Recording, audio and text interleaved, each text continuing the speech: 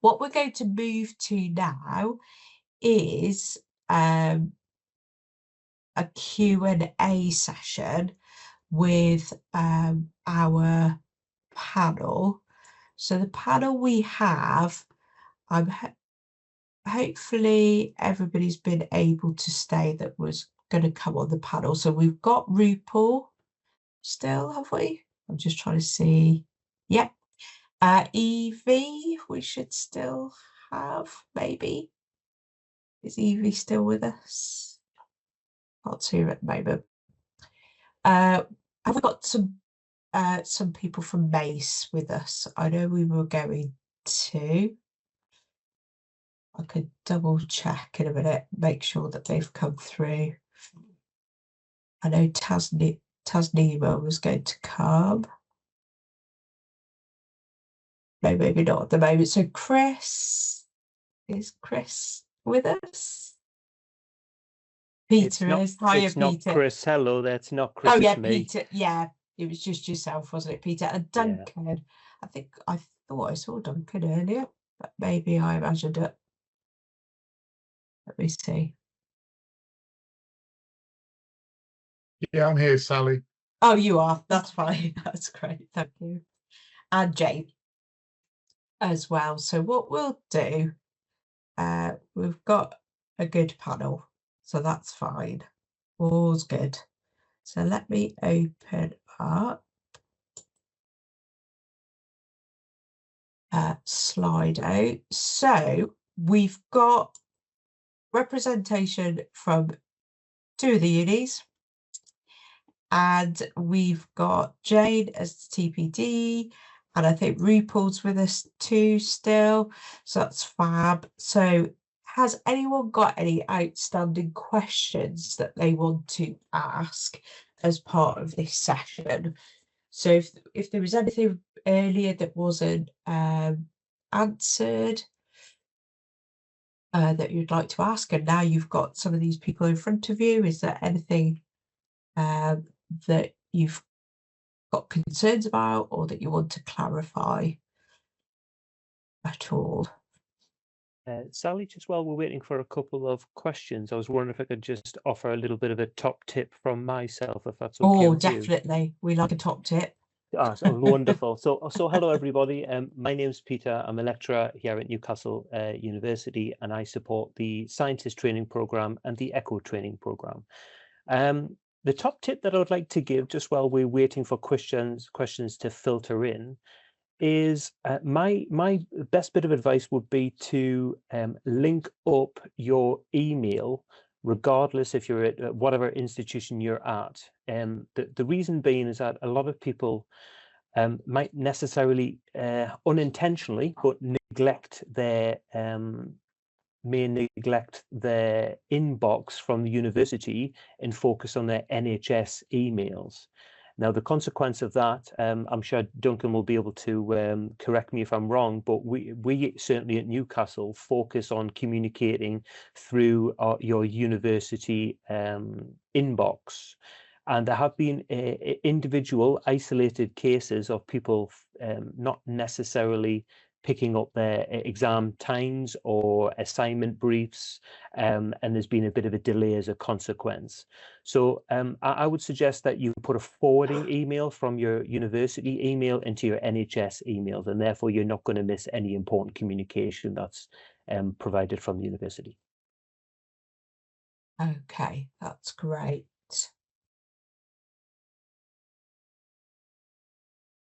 Right, we'll go back to our panel, but I can see that we've got lots of questions. But just to reiterate what Peter was saying before, yeah, really important to make sure that you're checking that university email because of all the communications that come through.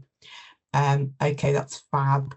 And they can do like a notification, did you say, about linking it to their main email address? Yeah, that's right. So you can actually forward any correspondence that you receive from any university inbox to your NHS inbox. And that's an inbox that you're going to routinely check whilst you're in clinical practice. And it just means that you're less likely, significantly less likely to miss any important correspondence from the university. That's fab. That's a really good tip. Thank you, Peter.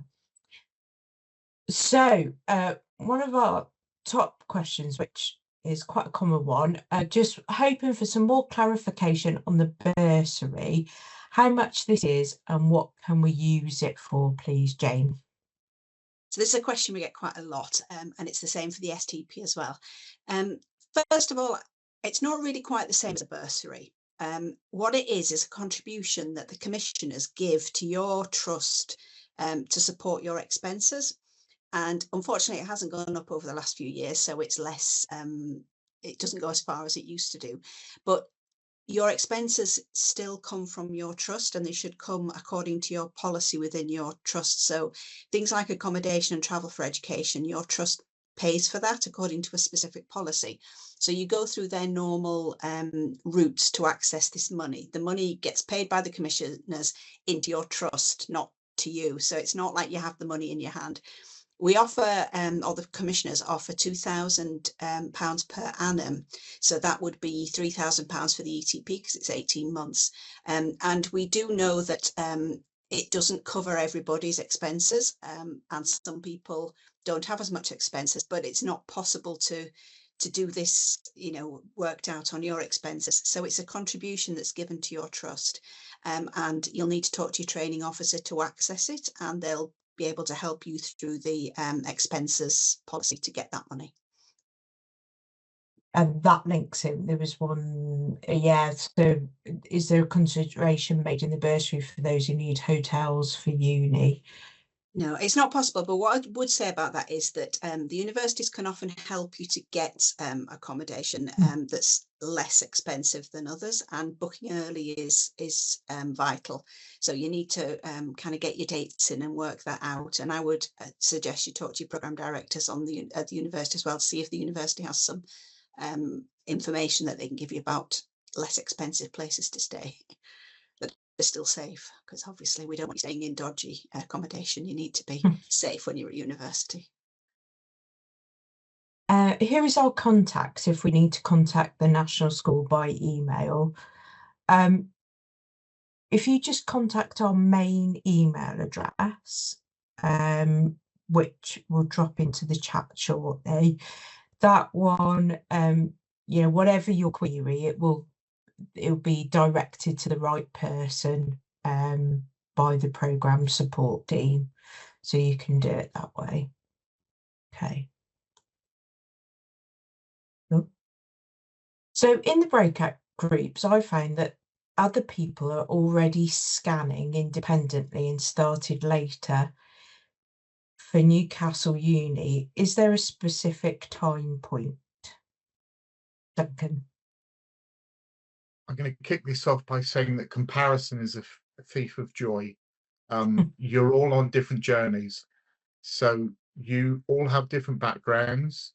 You are all in different departments. You all have different training officers, and you will all experience this. There'll be shared experience, of course, but you'll all have different experiences of the whole ETP program, your PG cert element, and your one file. An example of this, and it's just a story to share with all of you, met Gene earlier on, who was with us at Bristol, did his PG cert with us, has done great guns at Guy's and St Thomas's Hospital. But Gene's background was he had been a cardiac physiologist for 3 years already and had a lot of known interest in echocardiography and was scanning independently before he even started the program. However, on our program, there was a further student completely new to cardiology, completely new to clinical sciences, had never worked in healthcare before. He asked this very same question on day one: how do I compete with the people who are already independently scanning? He has done so well that at the BSE conference that occurred a couple of weeks ago, he was on stage presenting one of his cases. And it shows you that the comparison that he made at that time was just, forgive me saying it, but wrong. Don't compare yourself to others. You're all on different journeys. So please, I know it's easy for us to say, but please don't compare yourself to the rest of the group. You will all have different experiences as time goes on. Thank you, Duncan. Peter? Yeah, excuse the pun, but I just want to echo exactly what Duncan has said. It's important to recognize that you are on your own individual journey, and therefore, you know, you comparing to yourself in regards to how you are progressing is a lot more beneficial to you and a lot more beneficial to your mental health when comparing to other people within your cohort. And I think that's really, really important, because there might be people who have been in their trust for a long time and have been, you know, intermittently scanning, and you might be a person who is brand new to the game. And therefore, it's not a fair comparison. And the only thing that you're going to do is develop more anxiety as a consequence. So my strong bit of advice is to really just look at where you are starting and then progressively look where you're going and track that trajectory, because that's more of a beneficial way of assessing your own progression. Brilliant. Thank you both. Hi, Liam. Hi there. Sorry, I just wanted to jump in. Just some comments from a Manchester Met perspective. Is that your clinical tutors are really your allies in this journey, no matter what your background is. They're all very keen to kind of engage with you and to bring you on and ensure that you are progressing along your own pathway. So I just wanted to kind of point out, if you do have any questions or queries once you start your teaching, then please do reach out to those clinical tutors, because they're more than willing to help. That's brilliant. Thank you, Liam. Welcome, by the way. Just wondered if there was any clarification on regional trainers, and if we don't have one, can we tag on to another region? Might be for you, Jane, maybe? I don't know.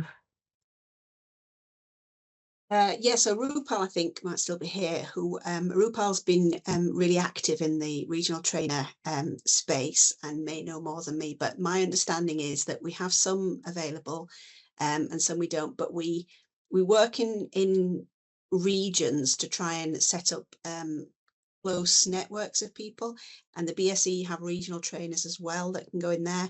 So I think it's worth considering whether you can access a training from another region, but remembering that they may have a lot of trainees already and it might be difficult, but they might have a lot of resources that are already recorded.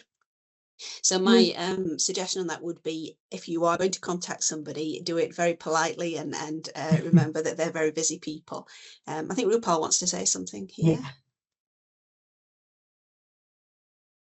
Okay, Rupal. Hi, sorry, I'm logged in on my phone, so apologies if with the lack of video.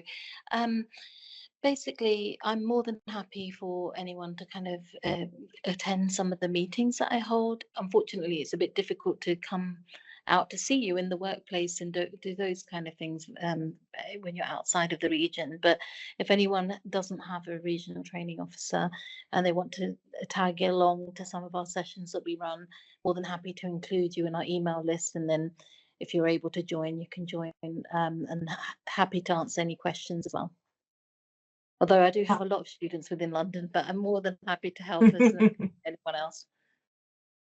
That's great. Thank you, Rupal. How many summative exams or courseworks do we have for the PG cert?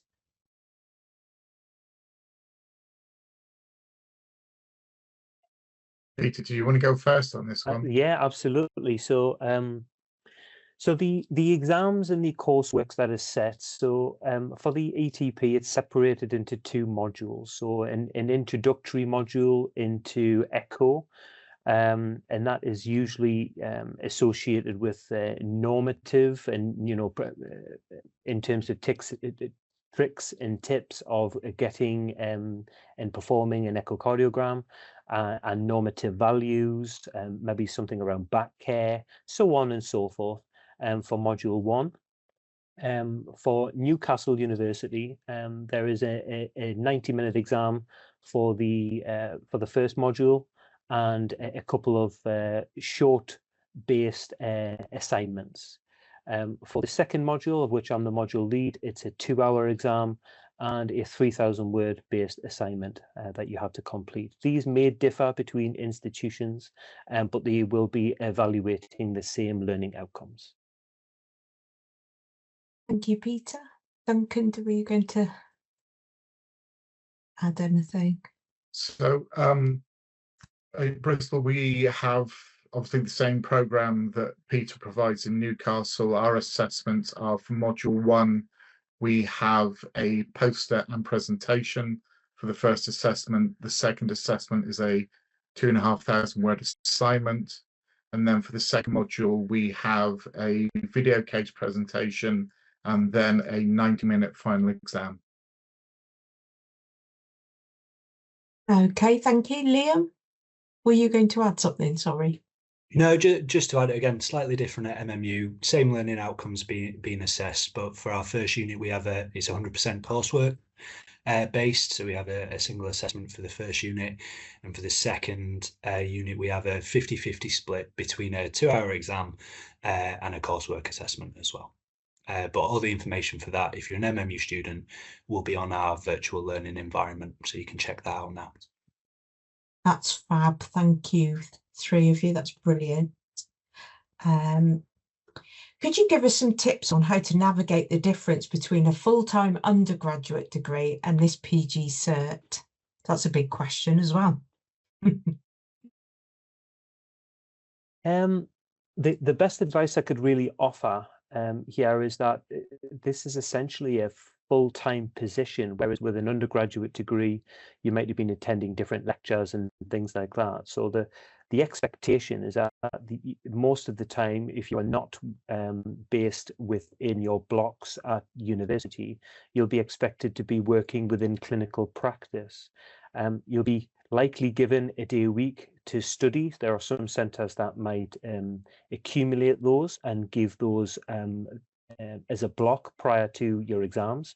Others tend to offer that study day a week, so you can carry on with assignments. So really it depends on your institution or your hospital that you're based at.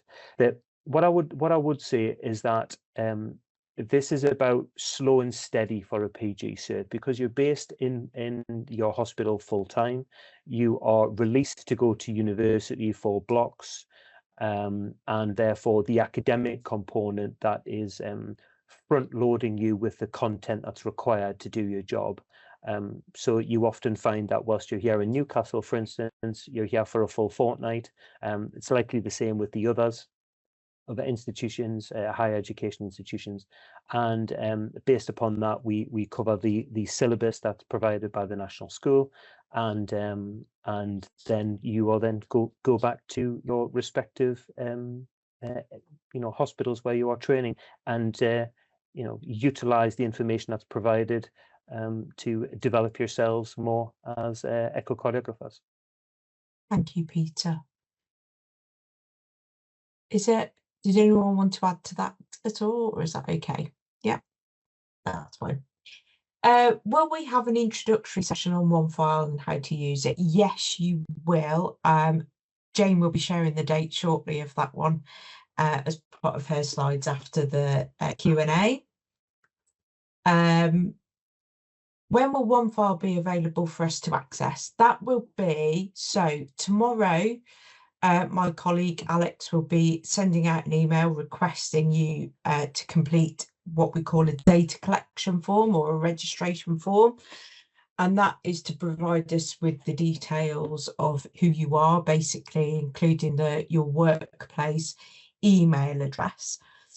As soon as we've got those details, that means the OneFile logins can be distributed, and that will be the week beginning the 3rd of November that you will get those OneFile logins. Okay, so you'll be able to access it once you receive your login during that week. Okay. So we've had that one. Oh, where are we? Would it be possible to have a written structured explanation to help us track our activities to make checklists until the course is completed?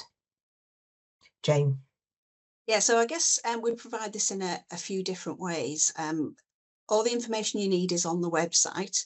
Sometimes that's a little bit difficult to navigate, but if you go into the ETP section on it, everything will be there. And the other thing to say as well is that way of tracking your activities is basically what your training plan is. So you need to sit down with your training officer. The BSE call it a mentor, we call it a training officer, but it's the same person. And you need to work out a training plan with them. And that will include all the things that you need to do and timescales for you to do it. Yeah, so Sally's just showing us some of these resources here where you can go in. There's some examples of training plans on the website, but your department might have their own one that they do. And what we usually advise is that you go in and put in your non-negotiable dates in there first. So things like university blocks, when you might have an exam, things like that in. Add in there things like your holidays, your training officer's holidays, and everything else that you think might be important. And then with your training officer, you'll be working out a kind of an overview at first of how you're going to progress. And then you modify that as you go along the way, depending on whether you're finding an area easy or quick to get through. And you keep on track with that training plan and review it regularly with your training officer so that you get to the end of it. And that should include everything so that you get everything done. But in terms of what you need to do to complete, all that information is on the website. We'll also send you reminders in the monthly memo every now and then. Okay, what I will do is, I know Evie previously mentioned the training planning aspect of it as well. Evie, I think you are on the call, I think I noticed still. Yeah. Yeah.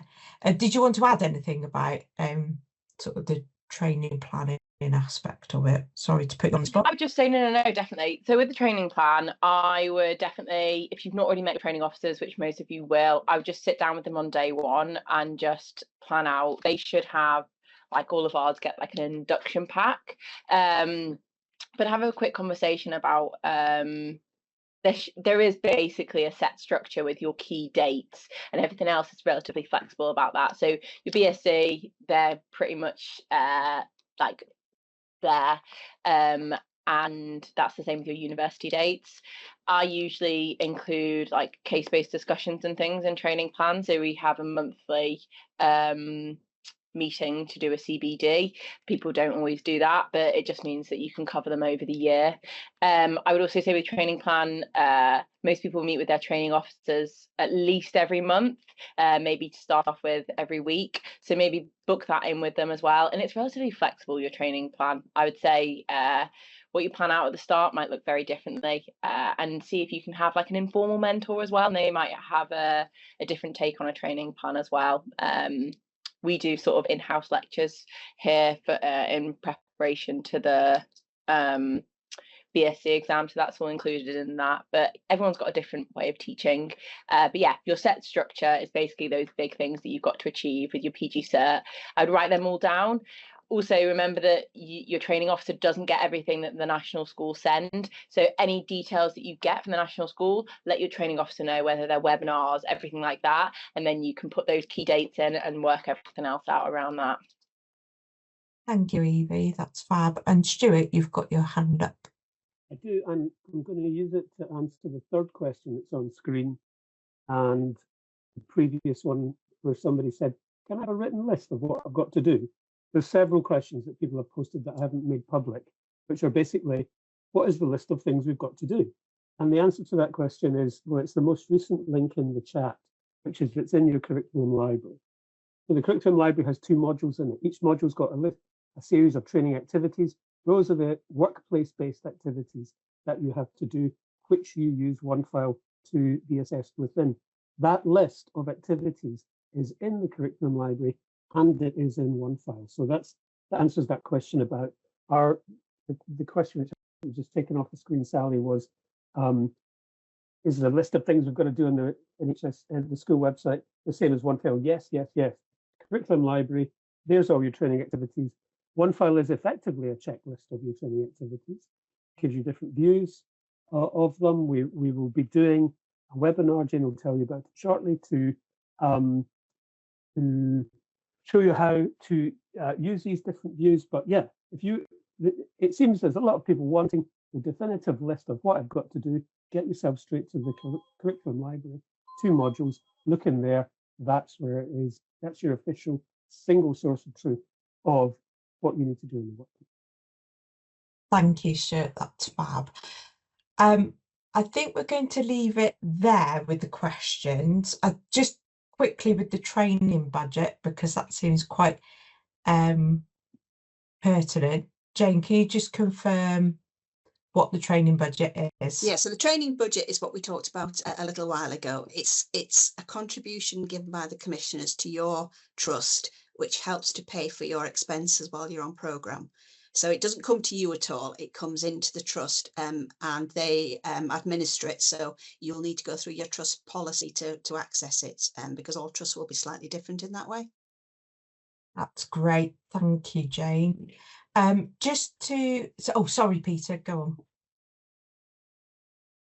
Oh, I can't hear, I think you're on mute. Sorry about that. Yes, I just wanted to quickly answer the question that was at the bottom someone added in regards to the syllabus, the PG Cert syllabus. It is heavily aligned with the BSc syllabus.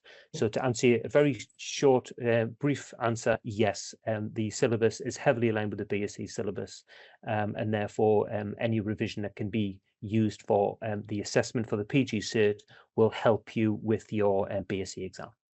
That's brilliant. Thank you very much. We've got a bit about registration there. So if you're already registered with the Academy, then great, brilliant. Stick with that. Keep registered with them, because registration and accreditation are 2 different things, and it's best if you have both. For a lot of people who are direct entry to this programme, you can't join the Academy of Healthcare Science Practitioner register because you haven't been through the PTP. So that's why we mentioned earlier about the specialist echocardiographer register, which is a different one, so that at the end of this programme you all can be registered on a register with the Academy. So if you're already registered, stick with it. If you're not, you should be able to register when you complete. that's fab, thank you very much. So that just leaves me to say thank you so much to our panel members, and sorry for the me getting it in the wrong order. I do apologise, but we got there in the end. It keeps us on our toes, I suppose. So thank you for all your contribution. That's really useful and fantastic. Thank you.